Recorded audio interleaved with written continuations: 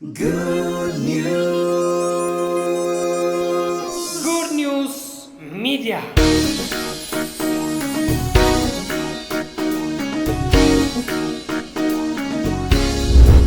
ሳምንት የጀመርነውን ሐሳበ ትምህርት ዛሬም እንቀጥላለን። ሳምንት በጣም ፓወርፉል ትምህርት ጀምረናል። እንግዲህ የራእይን ጉልበት ወይም ራእይን በደንብ እያየን እንደሆነ አውቃለሁ። ራእይ ምንድን ነው የሚለውን እያየን ነበር። ምክንያቱም ቅዱሳን፣ ጻድቃን፣ የእግዚአብሔር ልጆች ሁሉ በዚህ ራእይ ወይም በዚህ በእግዚአብሔራዊ ራእይ ወይም በእውነተኛው ራእይ ውስጥ እንዲገቡ ወይም አይናቸው የተከፈተ እንዲሆን ስለምናምን አይኑ የተከፈተለት ሰው ይላል። አይኑ የተከፈተለት ሰው እንዴት ምስጉን ነዋል። እና እግዚአብሔር መጥቶ ሲጠይቃቸው ምን ታያለህ ብሎ ይጠይቃል። ምን ታያለህ እንድፈጽመው ያላያችሁትን ወይም ያላሰባችሁትን ወይም ያላቀዳችሁትን እግዚአብሔር አኮምፕሊሽ ለማድረግ አይተጋም። ምን ታያለህ ብሎ እንዲህ ያለው ሲለው እፈጽመው ዘንድ በቃል ይተጋል። ስለዚህ ከምታዩት እይታችሁ ወይም ውስጣችሁ ካለ ከቪዥን ማየት የአይን ብቻ ጉዳይ ሳይሆን ሐሳብ ነው። ሐሳብ መለጠጥ አለበት። አስተሳሰባችን፣ እቅዳችን ሰፊ መሆን አለበት በእግዚአብሔር ልክ። እስቲ አሜን። አባቴ እግዚአብሔር ነው በሉ እስቲ። በእርሱ ልክ ያለው በሉ እስቲ። ሃሌሉያ። በሁኔታዎች ልክ፣ በሀገራችን ኢኮኖሚ ልክ፣ በቤተሰቦች ወይም ባለ ገንዘብ ባለ ሁኔታ ራእይ አይቀረጽም። ራእይ በእግዚአብሔር ልክ ይቀረጻል። ምክንያቱም ፈጻሚው አካውንት ውስጥ ያስገባው ፋይናንስ ሳይሆን እግዚአብሔር ነው። ጥሩ ነው ፕላን ማድረግ፣ ፕላን ጥሩ ነው። ስለ ፕላን አይደለም ወሬ፣ ግን ሪል የሆነ እይታ። ፕላን ማለት ልታደርገው ያለ ነገር ነው። አሁን ልታደርገው ያለውን ነገር ማኔጅ የምታደርግበት ሲስተም ነው። እቅድ ልታደርገው ያለውን ነገር ማኔጅ የምታደርግበት ሲስተም ነው። ራእይ ግን እግዚአብሔር ማኔጅ እንዲያደርግ የምትፈቅድለት እይታ ነው። እግዚአብሔር ማኔጅ እሱ አኮምፕሊሽ እንዲያደርግ። ስለዚህ ራእይ ላይ አንተ ሳትሆን እግዚአብሔር ይገባበታል። ግን ያንተ እይታ ግን ጤናማ፣ ያንተ እይታ ትክክለኛ፣ ያንተ እይታ እንደ እግዚአብሔር እንዲሆን ባለፈው ብያለሁ። ከምታስቡት ሐሳብ እንደ እግዚአብሔር የሆነው ሐሳብ ይፈጸማል። በሰው ልብ ውስጥ ብዙ ሐሳብ አለ። የእግዚአብሔር ምክር ግን ሲል የእግዚአብሔር ምክር የቷ አንተ ካሰብከው ሐሳብ ውስጥ እግዚአብሔር የሚፈልገው አኮምፕሊሽ ሊያደርገው የሚፈቅደው እርሱ ግን ግቡን ይመታል። ፕሬዝ ጋድ። ስለዚህ አይ ዋና ቢ ቪዥነር ልትሉ ይገባል። ቪዥነር ባለራእይ። በ8 ዓመቱ ነው ዶክተር ማይልስ ሞኖሮ ከዛች ከባሃማስ ከምትባል ከናዝሬት መልካም ነገር ይወጣልን እንደሚባለው ከባሃማስ ሊወጣ በማይችል የመንግስታት አማካሪ ይሆናሉ ያለው 8 ዓመቱ ላይ ነው። የዓለም መንግስታትን አማክራለሁ አለ። ያላማከራቸው ዋና መንግስታቶች በጣም ጥቂቶች ናቸው። ያውም የትንንሽ አገር መሪዎች እንጂ የትልልቅ አገር መሪዎችን እሱ ካውንስል አድርጓል። ይሄ ሰውዬ ጃይንት ነው። ግን ከየት ከማይመስል አገር ከደቡብ አሜሪካ የወጣ ባሃማስ ከምትባል አገር የወጣ ሰውዬ በ8 ዓመቱ እኔ መንግስታትን አማክራለሁ ብሎ ከ8 ዓመቱ ጀምሮ ራእይ ያየ ትልልቅ ነገሮችን የሚያስብ የሚያቅድ። ይኸውልህ እቅድ ወይም ራእይ ወይም የምታየው እይታ ይመራል። ወደምታየው ትሄዳለህ። እስቲ አሜን በሉ እስቲ። ወደማየው ሄዳለሁ በሉ እስቲ። በመኪና ህግ ሹፌሮች ወይም መኪና የያዛችሁ ሰዎችን ዝም ብላችሁ ቼክ እስቲ አድርጉ። መኪና ይዘህ መኪና ወደፊት እየሄድክ ወደዛ እያየ የምትሄድ ከሆነ ወደምታየውበት መኪናው ይዞራል። እየነዳ ቀጥ ያለው መንገድ ይሄ ነው። አንተ እዛ ጋር ሜዳው ላይ አያምርም ብለህ ዝም ብለህ ብትነዳ ሳታውቀው ወደዛ አይደለም የምትወጣው። መኪናው ወደምታየው ይሄዳል። ወደምታየው ነው የምትሄደው። ሰው ወደሚያየው ይሄዳል። የምታየውን ታየዋለህ። ማየት ማመን ነው ሳይሆን ማመን ማየት ነው እላለሁ። የኛ እንቀይረዋለን። ዓለም ማየት ማመን ነው ይላል። ኖ እኛ ስናምን እናያለን። የምናየውን አናምነው፣ ያመንነውን ግን እናየዋለን። እምነትህ ማለት ነው። ቪዥንህ ማለት ልታደርገው ወይም ልታየው ወይም ልትይዘው የምትፈልገውን ነገር በውስጥ እይታ በውስጥ ሐሳብ ኢንላርጅ የምትሆንበት የምትዘረጋበት። አንዳንድ ጊዜ ራእይ መጥቶ ድፍን ይልብህና ከዛ ውጪ ማየት አትችልም። አንዳንድ ጊዜ የሆነ ዕቃ ልገዙ አጋጣሚ የሆነው ዕቃ ልገዙ ትሄዱና አንድ ዕቃ ታያላችሁ። ከዛ በኋላ ወይ በዋጋ አልተስማማችሁም፣ ትታችሁ ተወጣችሁ። ሌላ ቦታ እግር እስኪቀጥን ትዞራለህ ማለት ነው። ከዛ የሚያሳዩ ሁሉ ይሄኛው እኮ ምናምን ይለዋል። አንተ እንዴት ድፍን ብሎ ባለያ እሱን እስክታይ ሌላ ቦታ የለም። የሆነ ቦታ እኮ አይቼዋለሁ። ለምን አንድ ጊዜ መጥቶ ቁጭ ብሎብሃል። አንተ ትዞራለህ። ከዛ በኋላ ሲመር መጥተህ ትደራደራለህ። ለምን አንድ ጊዜ ራእይ ማለት ተኝተህ የምታልመው ሳይሆን አይተው ማያስተኛ ነው። አንዴ መጥቶ ግጥም ይልባል። ምክንያቱም የራእይን ትርጉም ትንሽ ነግሬያችኋለሁ ሳምንት። አሁንም ቶሎ ልናገራትና ሊድ ወደ ዛሬው። ፕሬዝ ጋድ። ራእይ ማለት ምን ማለት ነው የሚለውን አይተን ነበረ። አንደኛ ራእይ ማለት ከጅማሬ ፍጻሜን የማየት ብቃት ነው ብለናል። ሁለተኛ ራእይ ማለት እግዚአብሔር የሚያየውን የማየት ብቃት ማለት ነው። እንዴት ደስ ይላል! ፕሬዝ ጋድ። ራእይ ማለት እግዚአብሔር የሚያየውን የማየት ብቃት ማለት ነው። በሌላ ቋንቋ በእግዚአብሔር አይን ነገሮችን ማየት ማለት ነው። ሶስተኛው ምንድን ነበር ያለው? ራእይ ተሸፍኖ የነበረ በእግዚአብሔር ወይም በመንፈሱ የተገለጠ ነገር ማየት ወይም ማወቅ ማለት ነው እንጂ የሌለን ነገር ማየት አይደለም። አራተኛው ራእይ ማለት የእግዚአብሔርን ምሪት መከተል ማለት እንጂ በራስ ማስተዋል መጓዝ ማለት አይደለም ብለናል። እንዴት ደስ ይላል! ፕሬዝ ጋድ። አምስተኛው ራእይ ማለት እግዚአብሔር እንድትፈጽመው የሚያስገድድህ የተልእኮ ድምፅ ነው። ራእይ ማለት እግዚአብሔር እንድትፈጽመው ዱይት የሚልህ የተልእኮ ድምፅ ነው። አንዳንድ ጊዜ ወደ ስፒሪቹዋል ነገር ሞር ያደላል። ይሄ ግን ፐርሰናል ባይሆንም እንድናውቀው ፈልጋለሁ። እንድትፈጽመው የሚያስገድድህ ድምፅ ነው። ሐዋርያ 19 ላይ ታውቃላችሁ፣ ቁጥር 10 ላይ በደማስቆም ሐናንያ የሚሉት አንድ ደቀ መዝሙር ነበር። ጌታም በራእይ ሐናንያ ሆይ አለው። እርሱም ጌታ ሆይ እነሆኝ አለ። ጌታም ተነስተህ ቅን ወደሚባለው መንገድ በይሁዳ ቤት ሳውል የሚሉትን አንድ የጠርሴስ ሰው ፈልግ፣ እነሆ እርሱ ይጸልያልና ሐናንያ የሚሉትም ሰው ገብቶ ደግሞ እንዲያይ እጁን ሲጭንበት አይቷል። ሐናንያ መጥቶ እጁን ሲጭንበት እያየ ነው ጳውሎስ። ሐናንያ ጋር ኢንፎርሜሽኑ አልደረሰም። እሱ ግን አያችሁ፣ ከዛ እግዚአብሔር ወዴት ሄደ? ኢንፎርሜሽን ወደ አልደረሰ ወደ ሐናንያ። ከዛ ሄደና ሐናንያ ሆይ አንድ ሳውል የሚባል ያው ታውቁታላችሁ፣ ጳውሎስ አሁን ስሙ ሳውል የሚባል አሳዳጅ የነበረው ሰውዬ አንተ ስትጸልይለት እያየ ነው። ኧረ አለ ሳውል አለ አዎ አንተ መተህ እጅህን ስጭንበት እሱ እያየ ነው። ስለዚህ ሂድና እጅህን ጫንበት ሲል ሊያስረዳ ሞከረ። ተው ጌታ፣ ይህን ሰውዬ ስለማታውቀው ነው። ጌታ ማስረዳት ጀመረ። ሰውዬው ስለማታውቀው ነው። ይሄ እኮ ስንቱን እስር ቤት የከተተ ነው። አይደለም ሂድ፣ አስገዳጅ ነው።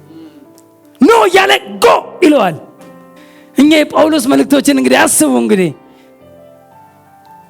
3/4 የአዲስ ኪዳን መጽሐፍ የጻፈ ሰው ይሄ ጃይንት ታላቅ የእግዚአብሔርን ሰው ይሄ ግን ኖ እያለ ነበር። ኖ ሂድ፣ አስገዳጅ አይደለም፣ ሂድና አድርግ ኖ እያለ እግዚአብሔርን ለማስተማር እየሞከረ ጌታው አንተ ስላላወቅ ነው እንጂ ቆይ እሱ እኮ ምናምን ነገር እያለ ኖ ሂድ ዱኢት። አንዳንድ ጊዜ ዱኢት ይላል ኖ እያልክ ራሱ ጋድ ብቻ አርጅ የሚያደርግበት የሚያስገድድበት ፎርስ የሚያደርግበት ቪዥኖች አሉ። ጋድ ፎርስ የሚያደርግ ጎ ሂድ ዱኢት ኖ ቢላውን እዛ ጋር አስቡት። እንግዲህ አንዳንድ ነገሮች አርጅ ሲደረግ አይደል ማርያም አርጅ ስትደረግ የተለያዩ ቦታዎች አርጅ ሲደረግ ኖ ብትል ብዙ ነገር ነው ሉዝ የሚሆን። አንተ ካልክ አድርገው። አሁን እነ ጴጥሮስ ኖ ቢሉስ አሳ የለም አንተ ስለ አሳ ታውቃለህ እንደ ቢሉት ስለ አሳ እኛ ነን የምናውቀው ቢላውን ጴጥሮስ ይችላል እኮ አይችልም? ይችላል። ስለ አሳ እኮ እኛ እናውቃለን። ተው ኢየሱስ አታድክመን፣ የታጠፈ መረብ እንኳን አታሰፍተን ማለት እኮ ይችላል። ግን ነው አርጅ እያደረገው ነው። ዱኢት በቃል እጥላለሁ፣ እንደ ቃል አደርገዋለሁ። በዛ ውስጥ ስኬት አለ። ሃሌሉያ። ስለዚህ ምንድነው አንዳንድ ጋድ እንድታደርገው ያንተን ስኬት ስለሚያውቀው ያንተን ስኬት ማየት ስለሚፈልግ አባትህ አንተ በኃይለኛ መትረፍረፍና ስኬት ውስጥ እንድትገባ ስለሚፈልግ አንተን አንዳንድ ጊዜ አንተ ጋር እንኳን በደንብ በአይምሮ ሜንታል አግሪመንት አይምሮ ገና አግሪ ሳያደርግ ከአይምሮ ጋር ሳትግባባ ውስጥ ግን አርጅ ሊያደርግ ይችላል። ታውቃላችሁ ሰው በመንፈስ ሲመራ አንዳንድ ጊዜ ነፍስ ትረብሻልቻል። አንዳንዴ አይምሮ ኖ ትላለህ፣ ዱኢት ሲል ኖ ትላለህ።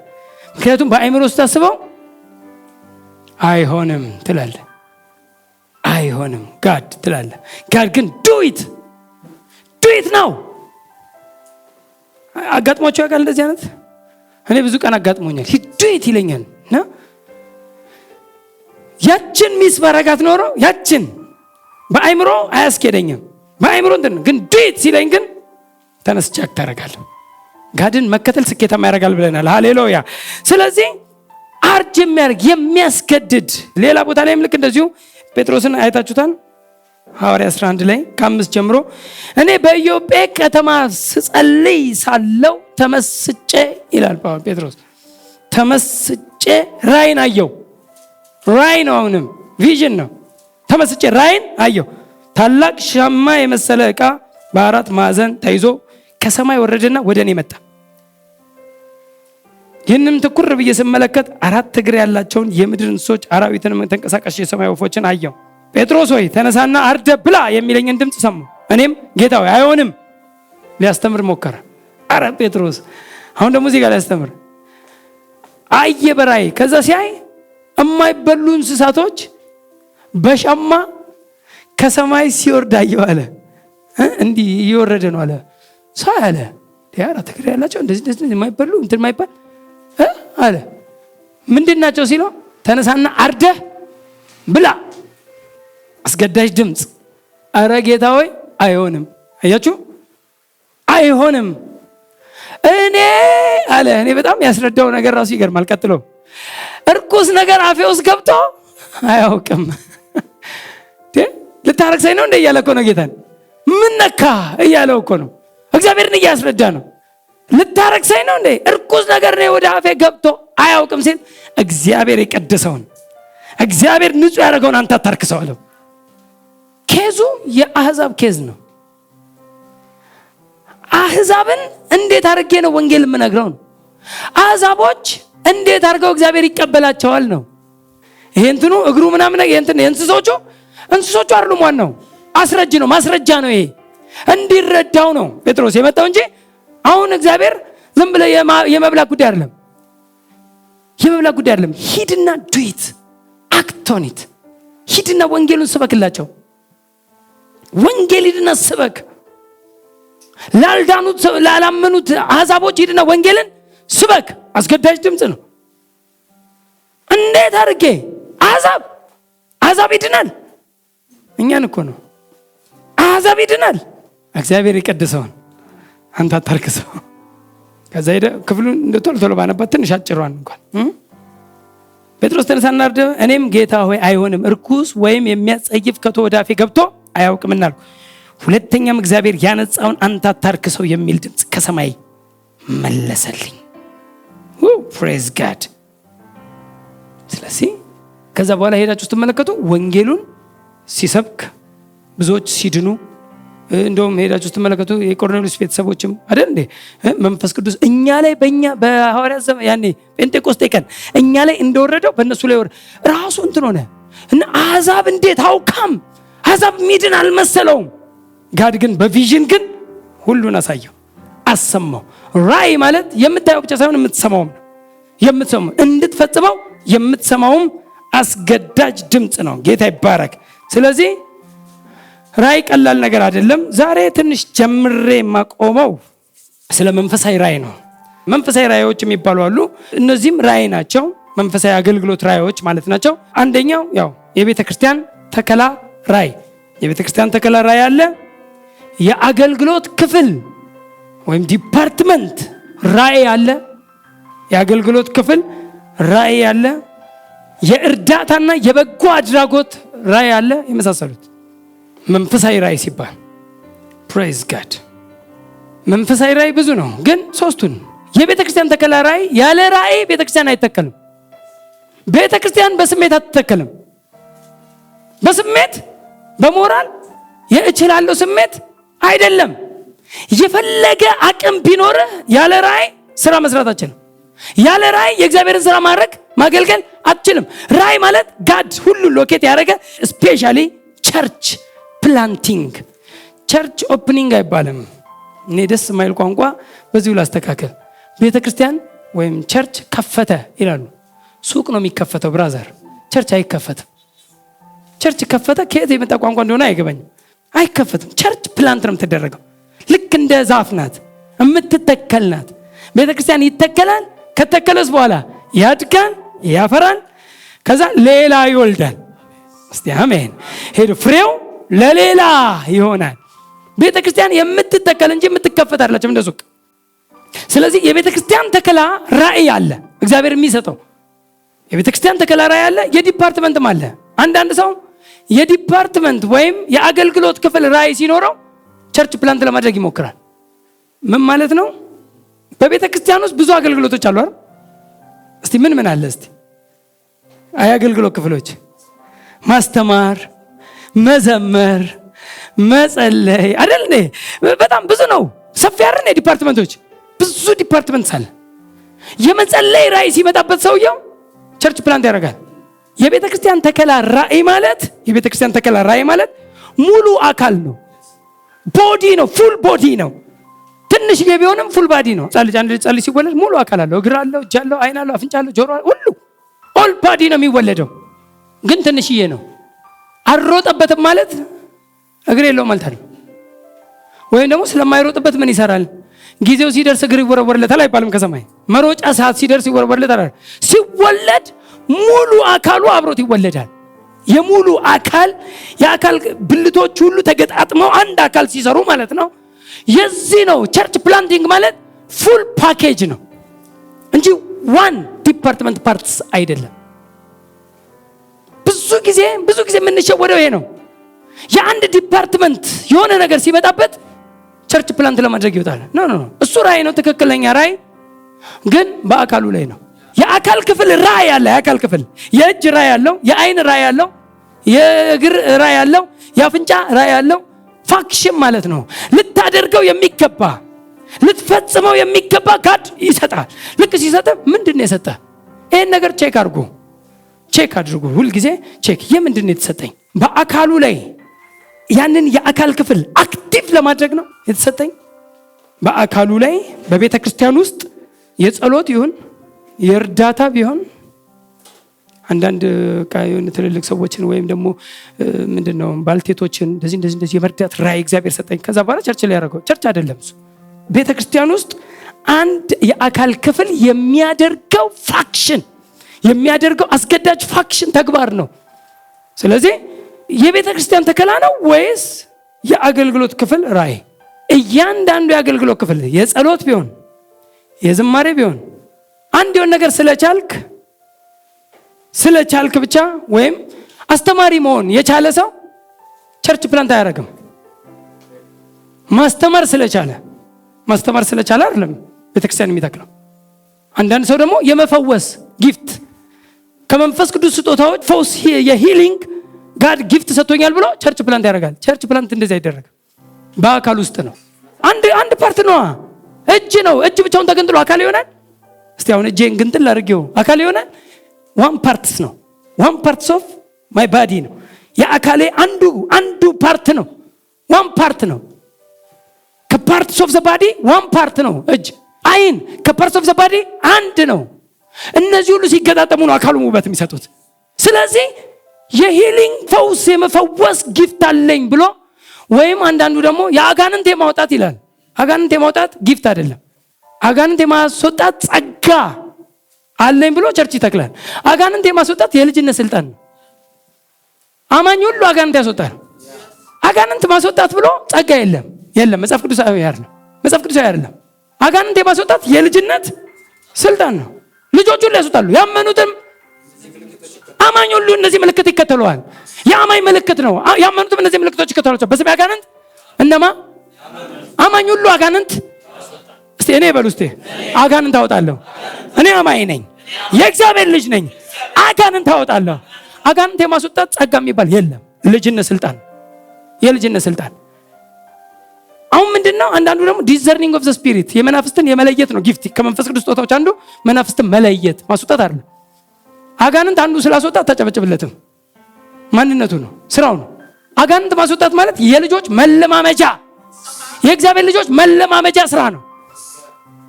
ትልቅ አታርጉት። አጋንንት ማስወጣት የሚባል ትልቅ ነገር የለም። የምትለማመድበት ነው። ጩጬ ልጅ ያስወጣል ከገባው። ስለዚህ የሆነ ነገር አለኝ ተብሎ ቤተክርስቲያን አይተከልም ነው። የቤተክርስቲያን ራእይ ካለው ትክክል ነው። አያችሁ፣ ቤተክርስቲያንን ሙሉ አካልን ሙሉን ባዲ ዋን ፓርት ሳይሆን አንድ ነገር አለችኝ ተብሎ ብቻ አይደረግም። ፉል ፓርትሱ መያዝን አረጋግጥ። ዋን ፓርትስ ከሆነ አንደር ዘ ቸርች ነው፣ አንደር ዘ ባዲ ነው። ከባዲው ጋር ነው አብረህ የምትሰራው። ስለዚህ ወደ ቸርች ትመጣና እንዲህ አንተ ራእይ ሲመጣ በአገልግሎት ራእይ ወይም የአገልግሎት ጊፍቶች ሲመጣ እንዲህ አይነት ጊፍቶች አሉ፣ እንዲህ ለማድረግ ፈልጋለሁ እና ከራእዩ ጋር ከዋናው ራእይ ጋር አብሮ ይሄዳል ወይ? ራእያችሁ እንዴት ነው እናንተ? እኔ እንዲህ አይነት ጊፍቶች አሉኝ። ስለዚህ how can I operate? እንዴት ኦፕሬት ላድርገው? እንዴት ልስራው? እንዴት ፋክሽን ላድርገው? እንዴት ነው መስራት የምችለው? የት ልስራው ብሎ ወደ ቸርች ነው እንጂ ወደ ቸርች ራእዩ ወደ ዋናው ራእይ ወይም ባለ ራእይ ቀርቦ ይጠየቃል እንጂ ልክ የሆነ ነገር ብልጭ ሲልበት መጥቶበታል እኮ ራእይ የለውም አይደለም እኮ ራእይ ነው፣ ግን የዲፓርትመንትስ ነው። ስለዚህ ልክ ራእይ ሲመጣበት ቶሎ ብሎ ምን ይሆናል? ራእይ ሰጥቶኛል ጌታ ብሎ ይወጣል። ኖ ልክ አይደለም። እንግዲህ ራእይ ማለት ያው በውስጣችን የሚጸነሰው ራእይ ብዙ ጊዜ በውስጣችን የሚጸነስ ነው አይደል? ጽንስ ነው። ራእይ ማለት በውስጣችሁ የሚጸነስ ጽንስ ነው። ይሄ ጽንስ የሚመጣው አንዳንድ ጊዜ ከምታዩት፣ አንዳንድ ጊዜ ከምትሰሙት ነገር ነው። ጌታ እንደ ተራቡ አይቶ ወይም እረኛ እንደሌላቸው በጎች አይቶ የሆነ ነገር ከዛ ቪዥን ይመጣል። ልክ እንደዛ ማለት ነው። ከዛ አስተማራቸው ይላል። እንደ ተበተኑ አይቶ የተለያየ የምታዩት ነገር ወይም የምትሰሙት ነገር ሳታውቁት እናንተ ውስጥ ጽንስን ይፈጥራል። ስላየ ብቻ አይደለም፣ ውስጥ ጽንስ ይፈጠራል። ራእይን የጸነሰ ሰው ሊጠይቃቸው እግዚአብሔርን ሊጠይቅ የሚገባው ጥያቄዎች፣ እግዚአብሔርን የምንጠይቀው ጥያቄዎች እችን በተለይ እናንተ በፈለጋችሁት ነገር ውሰዱት። እሺ በቸርች ፕላንቲንግ ወይም በትምናም ብቻ ሳይሆን እነዚህ ጥያቄዎች ለኑሯችሁም ለተለያያን ነገር ውሰዱት። ራእይ የጸነሰ ሰው የሆነ ነገር ውስጥ ገብቷል ያለ ሰው ሊጠይቀው የሚገባ 3 ወይም 4 ጥያቄዎችን እንጠይቅ። አንደኛው ምን ላድርግ? ምን እንዳደረግልህ ትወዳለህ? ትክክለኛ ሲያሳየህ የሆነ ነገር ውስጥ መጸነሱ ሲገባ ጌታዊ ምን እንዳደረግልህ ትወዳለህ? ከዛ ሙሉ ፓኬጁን ያሳያል።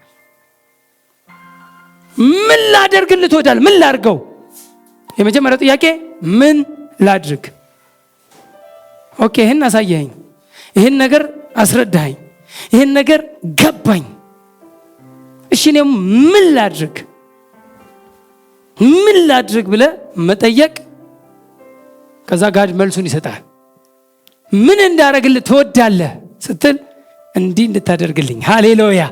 ይህች ጥያቄ ትክክለኛ የባለ ራእዮች ጥያቄ ናት።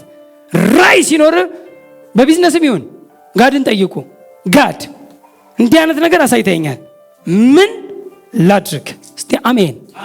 ለሁሉ ነገርችን ፕሪንሲፕሏን ውሰዷት። ምን ላድርግ ስትል ጋድ ሎኬት ያደርጋል፣ ዳይሬክሽኑን ይሰጣል።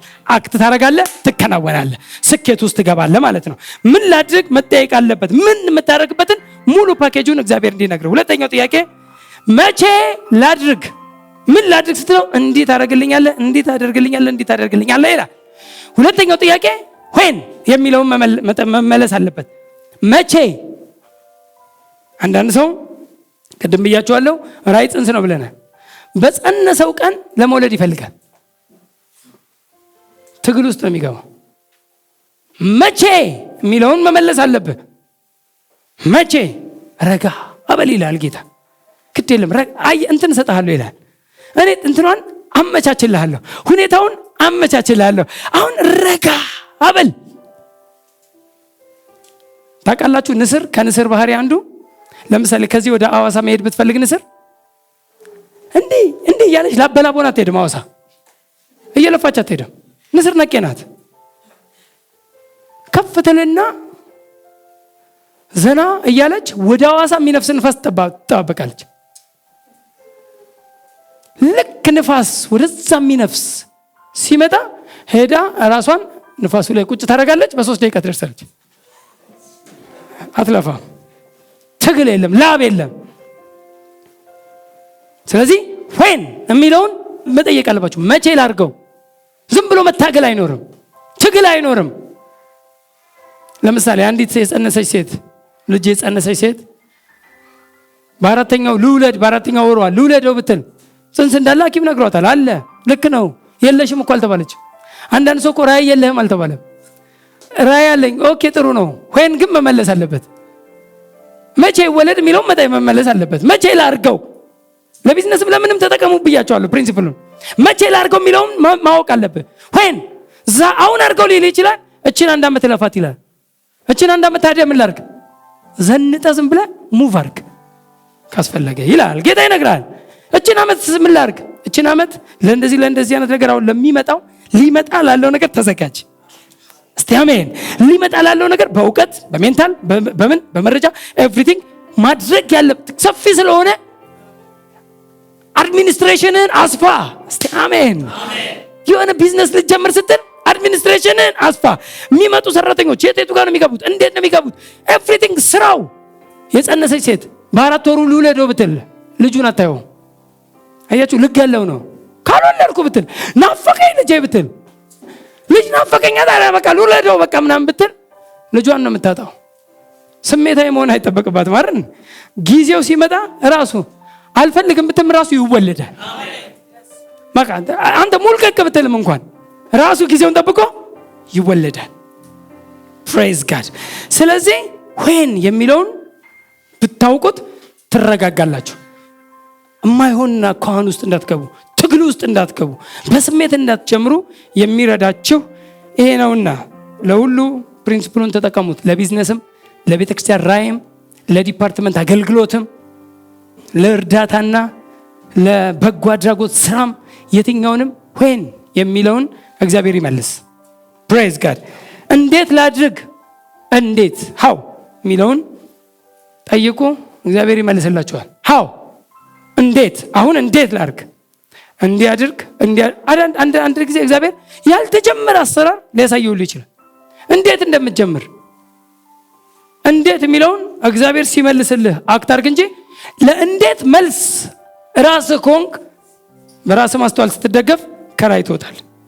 ለእንዴት ሰው አሁን እንዴት ቆይ እንደዚህ ላድርግ ይላል። አንዳንድ ሰው አይምሮን ነው የሚጠቀመው። ቆይ ይላል። አንድ አይኑን ቀጠን አድርጎ ቆይ እንዲህ ባረግ። ብራዘር በራስህ ማስተዋል አትደገፍ። ጋድን አስካርገው። ጋድ ሎኬት ያደርጋል። ቪዥን ቀለል ብሎ መኖር ነው። ትግል አይደለም፣ መታገል አይደለም። የመጨረሻው እንዴት ከተመለሰ ከማን ጋር ላድርግ የሚለውን መጠየቅ ይኖርበታል። እግዚአብሔር መልሱንም ማግኘት ይኖርባል። ከማጋ በእያንዳንዱ ለአገልግሎት ዲፓርትመንት ቢሆን ከማጋ ይሄን አገልግሎት ላገልግል ጠይቅ። እግዚአብሔርም ያሳይሃል፣ ያመላክታል። እንዲሁም የቤተክርስቲያን መሪዎች ይነግሩሃል። የሆነ የቢዝነስ የሆነ ነገር ሲመጣብህ ማን ነው ይሄን ሄልፕ የሚያደርገኝ፣ ማን ነው የሚረዳኝ ስትለው ጋድ ያላሰብከውን ይነግራል። አጠገብ ያለውን ሰውዬ እሱ አሁን ያበራላል ይላል። አንተማ አይመስልህ። ጋድ ሎኬት ሲያደርገህ አንተ እንደዚህ ያለ ነገር አሰብኩ ስትል እኔ ጋር እንደውም እንትን አለ ይላል። አየህ ለአንተ እንዴት ግብአት እንደሚሰጥ። እኔ ጋር እንደውም እንዲህ አይነት ነገሮች አሉ፣ እንዲህ አይነት ነገር የጣፉ እንትኖች አሉ። ግን ጋድ ሎኬት ሳያደርገህ በራስ ማስተዋል የማይሆን ሰው መርጠህ የማይሆን ሰው ይችላል እሱ ጎበዝ ነው፣ እሷ እንትን ናት፣ እሱ አለው፣ እሷ አላት ብለህ ጥልቅ ስትል የማይሆን ትግል ውስጥ ነው የምትገቡት። አለው አላት አይደለም ብራዘር። ጋድ ሎኬት ሲያደርገህ በሱ ውስጥ ስኬት ታመጣለህ። ያለው የኔ አጠገብ ነው። ይሄን እንትን ለቪዥኑ ጠቃሚ ነገር አጠገብ ያለው ሰው ሊሆን ይችላል፣ ወይም ውጭ ሀገር ያለ ሰው ሊሆን ይችላል። አጠገብ ብቻ አይደለም፣ ውጭ ሀገር። ስለዚህ ለእንትና ኢንፎርም አድርገው ሲል ትደውልና ውጭ ሀገር እንዲህ ዋው በቃ እኔ እንደውም ይሄ ነገር ውስጤ ተፈጥሮ አንዳንድ ጊዜ ልክ ትክክል ጋድ ሎኬት ሲያደርግ ማለት የሆነ ሎኬት ሲያደርግ በአንድ ጊዜ ከላብ ትወጣለህ ማለት ነው። ጋድ ሎኬት ያደርጋል። ፕሬዝ ጋድ። ባለ ራእይ ማን ነው? የራእይ ባህሪ ያልሆነው የራእይ ባለቤት። እነዚህን ሳምንት በደንብ ኢኪዩፕ አደርጋለሁ። ግን አሁን በደንብ እነዚህ ጥያቄዎች ለማንኛውም ነገር ፕሪንሲፕል ነው እያየን ያለ ነው። ፕሪንሲፕል ለራእይ ባለ ራእይ መሆን አለብን። መጀመሪያ አውቀናል። ራእይ ማለት ምን ማለት ነው የሚለውን አውቀናል። ራእይ እንዴት ወደ ተግባር ይለወጥ የሚለውን ሰምሃው ዛሬ በቸርች ፕላንቲንግም በተለያየ ዲፓርትመንት ሊደርም ለቢዝነስም ለተለያየ አይነት አገልግሎትም የሚውል ሲስተሞችን ዛሬ ዘርግተናል። ማን ነው ባለ ራእይ? የራእይ ባህሪያቶች የሚሉ እነዚህም በደንብ ስታውቋቸው ቀለል ይላል። ማለት አንዲት እርጉዝ ስትጸንስ የእርግዝና ባህሪውን ሲነገራት ይቀላታል። እንዲህ ሲሆን እንዲህ ሲምፕተም እንዲህ ነገሮች ምናምን ሲባል እውቀቱ ገብቷቸዋል። ስለዚህ የራእዩን ባህሪ በደንብ አድርገን ሳምንት እናውቃለን። ጌታ ይባረክ። ባለ ራእይ ነኝ በሉ እስቲ።